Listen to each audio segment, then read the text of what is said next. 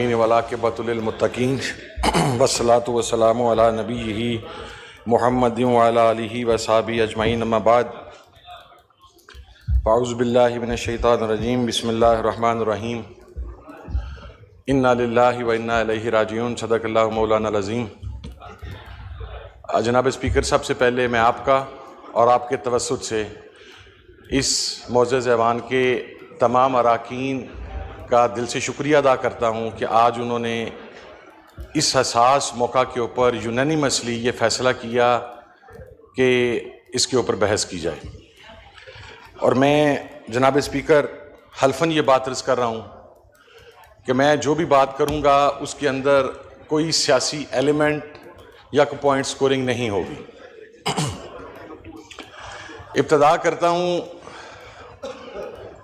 उस शख्स के इस जुमले से जिसने ये कहा कि गज़ा के मुसलमानों का दर्द ख़त्म हो चुका है, उनकी ज़िंदगी ख़त्म हो चुकी है और उनके लिए दुआओं का वक्त ख़त्म हुआ चाहता है और अब हमारे इस्तग़फ़ार का वक्त शुरू हुआ चाहता है। इसलिए कि मैं ये समझता हूँ कि गज़ा के फ़लस्तीन के मुसलमान, जो कि सबसे पहले हमें इस हकीकत को मद्देनज़र रखना है कि वो किसी सियासी एजेंडे की स्ट्रगल नहीं कर रहे। उनकी स्ट्रगल किबला अव्वल की और बैतुल मक़दस की हिफाजत है, जो कि तमाम आलमे इस्लाम के मुसलमानों के ईमान का मसला है। और मुझे ये बात कहने में कोई यार नहीं कि फ़लस्तीन के हर बुज़ुर्ग ने फ़िक्र इमाम हुसैन रज़ियल्लाहु के ऊपर अमल किया। फ़लस्तीन की हर खातून ने बीबी ज़ैनब सलामुल्लाह अलैह की सुन्नत पर अमल किया। फ़लस्तीन के हर जवान ने अब्बास अलमदार का जो सुन्नत थी उस पर अमल किया। और फ़लस्तीन का हर बच्चा अली अकबर और अली असगर की सुन्नत पर अमल कर रहा है। लेकिन सवाल यह है कि हम कहां पर हैं? हम बहसीयत मजमूई मुसलमान, मेरा यह बिलीफ है और मैं ये समझता हूं अब कि इसराइल ने फ़लस्तीनियों का कत्लेआम बाद में किया, लेकिन आलमे इस्लाम के हुक्मरानों ने उस कत्लेआम को फैसिलिटेट किया। जनाबे वाला, एक इत्तेहाद बना था आलमे इस्लाम की अफवाज का। उसके सरबराह हमारे पाकिस्तान के साबिक आर्मी चीफ राहील शरीफ साहब थे। उनसे पूछना है कि जनाबे वाला 70,000 लोगों की शहादत के बाद अभी भी कोई हिकमत अमली है या हमने अपने मुफादात ही को डिफेंड करना है? 80 लाख इसराइली और 60 लाख कमोबेश आलमे इस्लाम की अफवाज, हम लोगों के लिए डूब मरने का मुकाम है सर।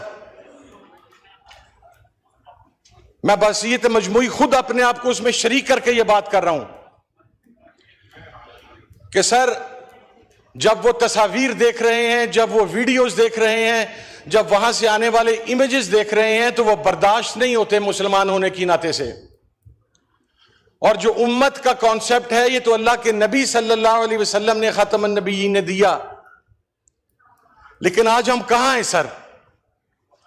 आज पूरा आलमे इस्लाम कहां है सर? आज हम तो हमेशा ये समझते रहे और होना भी ऐसा चाहिए था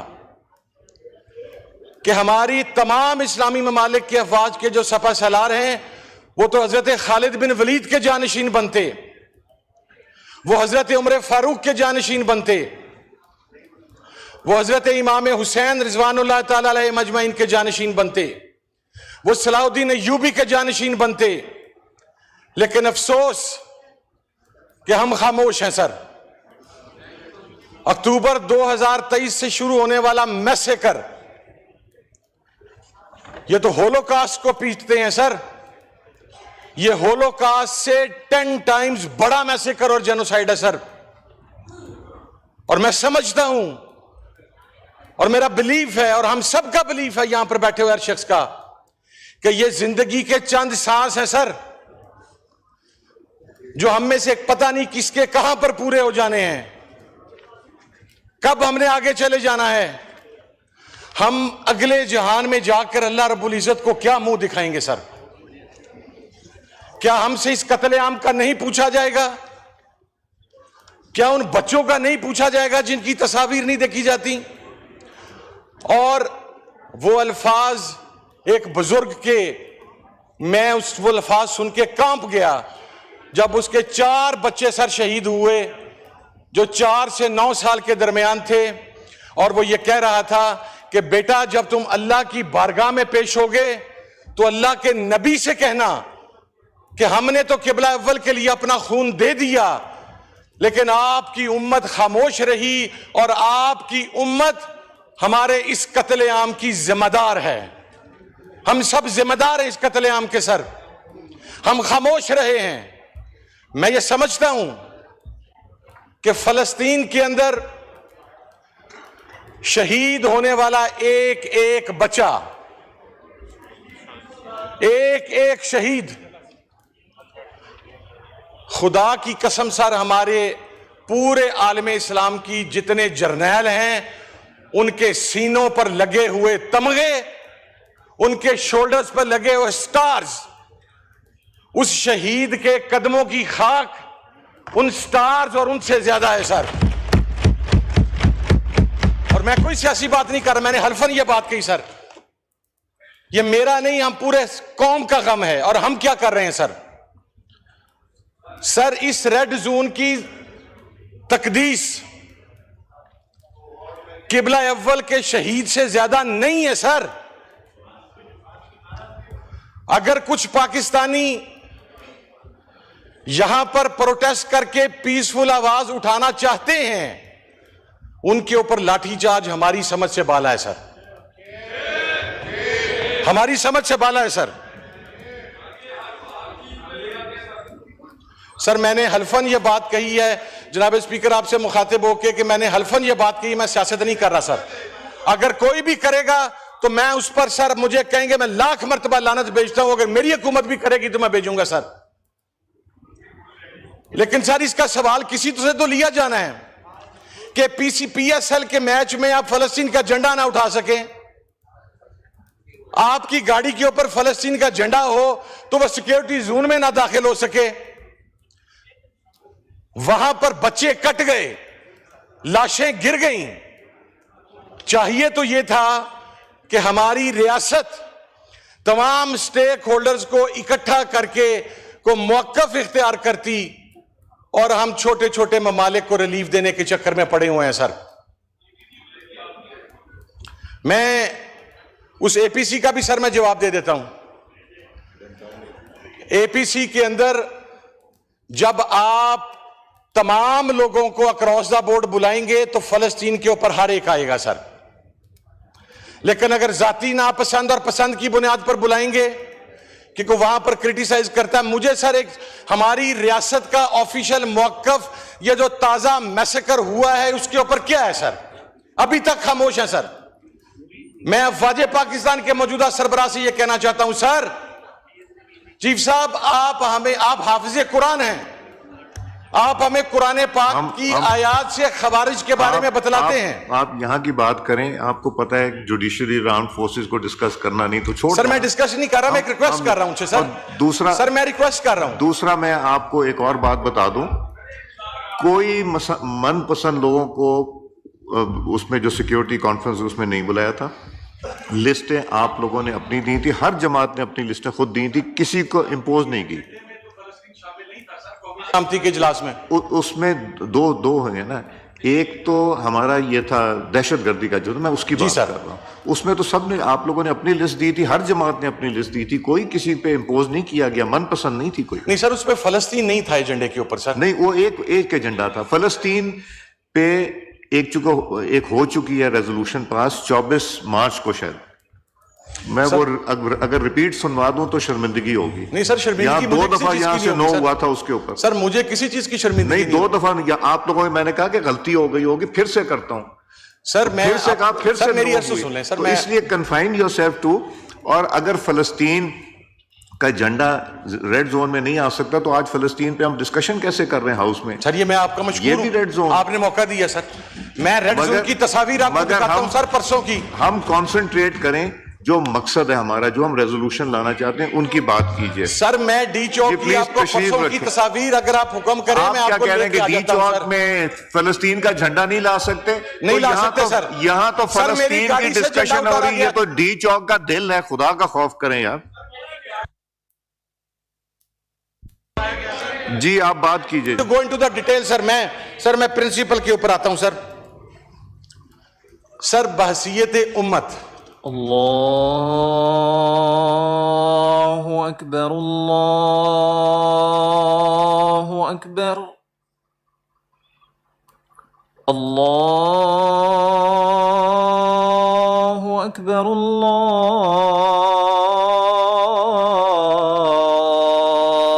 अल्लाहु अकबर। अशहदु अन ला इलाहा इल्लल्लाह,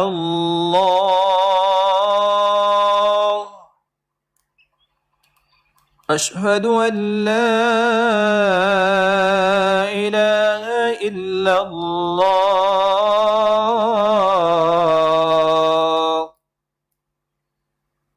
अशहदु अन्ना मुहम्मदर रसूलुल्लाह,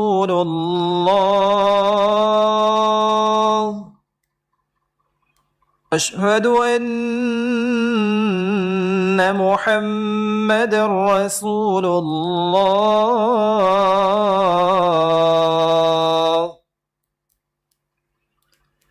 हय्य अलस सलाह,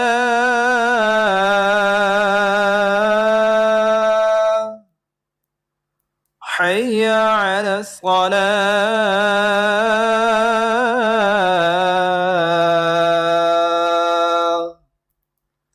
हय्य अलल फलाह,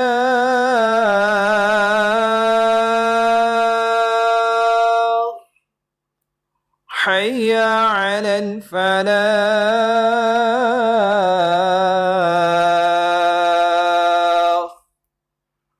अल्लाहु अकबर, अल्लाहु अकबर, ला इलाहा इल्लल्लाह।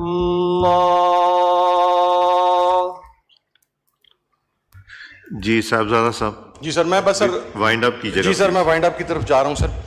सर मेरी रिक्वेस्ट ये है कि पाकिस्तान फौरी तौर पर एक कदम आगे बढ़ते हुए OIC की हंगामी कॉन्फ्रेंस पाकिस्तान के अंदर बुलाए और पूरा आलम इस्लाम इकट्ठा होकर, पूरा आपकी पूरे इस्लामी ममालिक की आवाम आपके साथ है सर, वो फौरी तौर पर इकट्ठा होकर इसराइल को अल्टीमेटम दिया जाए कि अगर आप ये जेनोसाइड बंद नहीं करते तो फिर तमाम ममालिक के अंदर जिहाद का फतवा तो जारी हो चुका है सर, तो फिर तमाम आलम इस्लाम मिलकर जिहाद का ऐलान करे। ये और अगली चीज सर, मैं रिक्वेस्ट करूंगा हुकूमत से कि जो वहां पर 20 से 25 हजार बच्चे यतीम हो चुके हैं अभी तक, और ये अभी कंफर्म आदादो शुमार नहीं है, उनके हवाला से हमें फैसिलिटेशन प्रोवाइड की जाए।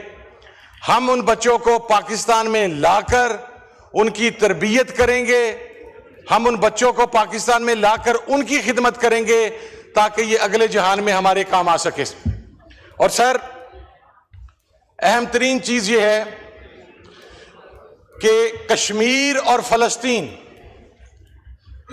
ये दो एजेंडे हैं जो हमारे बुजुर्गों ने जिस बात पर एक बड़ा क्लियर स्टांस लिया हुआ है सर, लेकिन बदकिस्मती से आज ये बात देखने में आ रही है कि हम अपने उस स्टांस से पीछे हो चुके हैं, कश्मीर से भी और फलस्तीन से भी। और मेरे लाख इख्तिलाफातों सर, मैं पाकिस्तान पीपल्स पार्टी की सिंध की क़यादत को कम से कम इस हवाले से अप्रिशिएट करता हूं कि जब कराची में गजा मार्च हुआ है तो किसी आदमी को उन्होंने कुछ नहीं कहा और वो गजा मार्च होने दिया सर। अगर मैं ये कहने की हिम्मत रखता हूं तो मैं ये भी कह सकता था, अगर आप यहां इस्लामाबाद में होने वाले मुजाहरे के ऊपर लोगों को ना मारते तो मैं आपको भी अप्रिशिएट करता, लेकिन आपने मारा सर, आपने मारा लोगों को। आपने पार्लियामेंटेरियंस की गाड़ियों के ऊपर से फलस्तीन के झंडे उतारे सर। क्या आप इस झंडे के साथ अंदर दाखिल नहीं हो सकते? आपने पंजाब में पीएसएल के दौरान फलस्तीन का झंडा उठाए, लोगों के ऊपर लाठीचार्ज किया सर। आपने कहा यह झंडा नहीं लहराया जा सकता। लेकिन वही बात कहूंगा सर कि हम में से हर एक ने जल्द या बदेर कब्र में जाना है। हमसे सवाल पूछा जाना है कि जब कत्लेआम हो रहा था, जब बर्बरियत जारी थी, तो तुम लोग कहां पर थे और तुमने क्या आवाज बुलंद की? और सर मैंने जब तकरीर की इब्तिदा में यह बात की थी तो मेरे भाई ने दरमियान में मुझे टोक दिया, एपीसी सर। मैंने हल्फन यह बात कही थी कि मैं सियासी बात नहीं कर रहा सर। और फिर स्पीकर साहब ने फरमाया कि आज हम बात कर रहे हैं तो इस ऐवान की तकदीस है सर। तो मैंने तो ये नहीं कहा कि इस ऐवान से 10 एमएनए उठाए गए थे, तकदीस का कोई फैसला अभी तक नहीं हो सका। मैंने तो नहीं कहा यह बात। मैंने तो यह बात कतन नहीं कही कि जिन पार्लियामेंटेरियंस की माओ बहनों बेटियों को घरों से उठाया गया, मैं तो ये इशू रेज ही नहीं किया सर। मैंने तो सर लोगों के घरों में जाने वाले जो लोग हैं, जो उनकी बच्चियों को उठा के कहते हैं आ जाओ वगरना तुम्हारी बच्ची की वीडियो बनाने की, मैंने ये बात ही नहीं की सर। आई वॉज टॉकिंग फलस्तीन। और आखिरी बात करूंगा सर कि मेरा खराजे तहसीन है कि जब इमरान खान को, महातीर मोहम्मद को और उस वक्त की तमाम इस्लामी लीडरशिप को, कि जब फलस्तीन में कत्लेआम हो रहा था तो पाकिस्तान की आवाज इंटरनेशनली पाकिस्तान के उस वक्त के वजीर आजम ने उठाई। यह रियलिटी है, इसे कोई इग्नोर नहीं कर सकता सर। यह रियलिटी है। आज भी जरूरत इस अमर की है कि हमारे वजीर आजम साहब बेलारूस जाने की बजाय वो गजा उतरे। मैं वाइंड अप कर रहा हूं सर। वो बेलारूस जाने की बजाय गजा उतरे सर। वो किसी छोटे हम खुद मकरूज हैं और वो कह रहे हैं कि हम आपको फलानी जगह पर फैसिलिटेट करेंगे, फलानी जगह पर फैसिलिटेट करेंगे। कहां पर फैसिलिटेट करेंगे? हमारे पास तो अपनी रोटी खाने के पैसे नहीं है इस मुल्क के पास। आज फलस्तीन का बच्चा बच्चा पाकिस्तान की तरफ देख रहा है, फलस्तीन का बुजुर्ग पाकिस्तान की तरफ देख रहा है, फलस्तीन की औरतें पाकिस्तान की तरफ देख रही हैं। और जब वो पाकिस्तान की तरफ देख रहे हैं तो सबसे पहले वो अफवाज पाकिस्तान की तरफ देख रहे हैं कि हमारा क्या रोल था। क्योंकि सर हम बच्चे थे जब हमें पढ़ाया जाता था कि ये मजाइल, ये मजाइल, ये मजाइल, ये मजाइल, इसकी रेंज इसराइल है, इसकी रेंज तल अबीब है। आज क्या